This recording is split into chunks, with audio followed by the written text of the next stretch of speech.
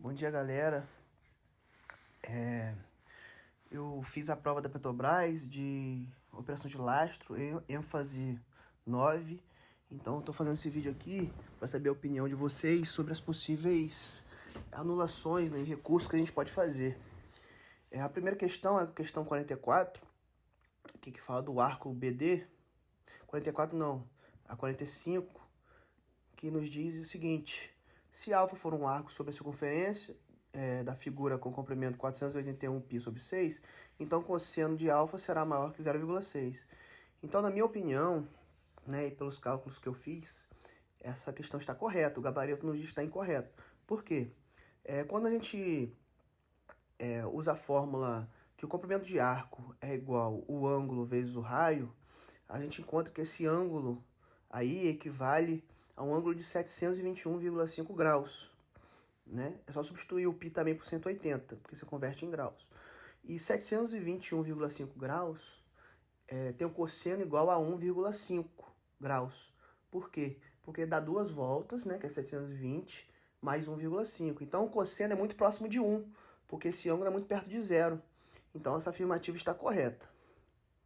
A segunda questão que pode ser anulada é a questão 61. Né, nos diz assim, o seguinte: a força centrípeta é igual à força da barra sobre o corpo. A banca nos diz que essa afirmativa está incorreta, mas na minha opinião está correta. Por quê? A força sobre o corpo, ela vai estar apontada para o centro, vai ter a mesma intensidade da resultante centrípeta, né? É a mesma direção e sentido. Então, conceitualmente, a força centrípeta é diferente da força da barra sobre o corpo. Porém, se a gente for analisar ali, fizer o diagrama de corpo livre, a resultante centrípeta vai ser igual à força sobre o corpo, tendo a mesma intensidade, mesmo sentido, mesma direção, sempre apontado para o centro, né? Então, para mim, essa questão está correta. O gabarito deveria ser trocado para certo, ao invés de errado. Outra questão é a questão 71, que é sobre essa imagem em cima, é sobre semelhança de triângulo.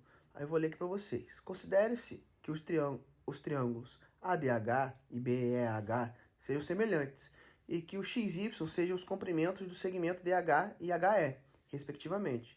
Conclui-se que 10x é igual a 15y.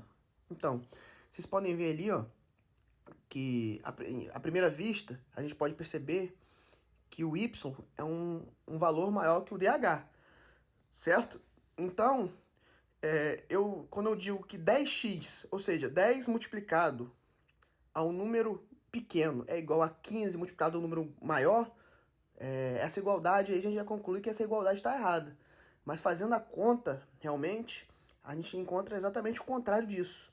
É que 15x é igual a 10y. Então, na minha opinião, o gabarito deveria ser mudado para incorreto. O gabarito que eles colocaram correto. Então, mais um possível recurso. Quero saber a opinião de vocês aí também. Outra questão é a questão aqui do corpo que está parcialmente submerso a 85. Então, vou ler aqui para vocês.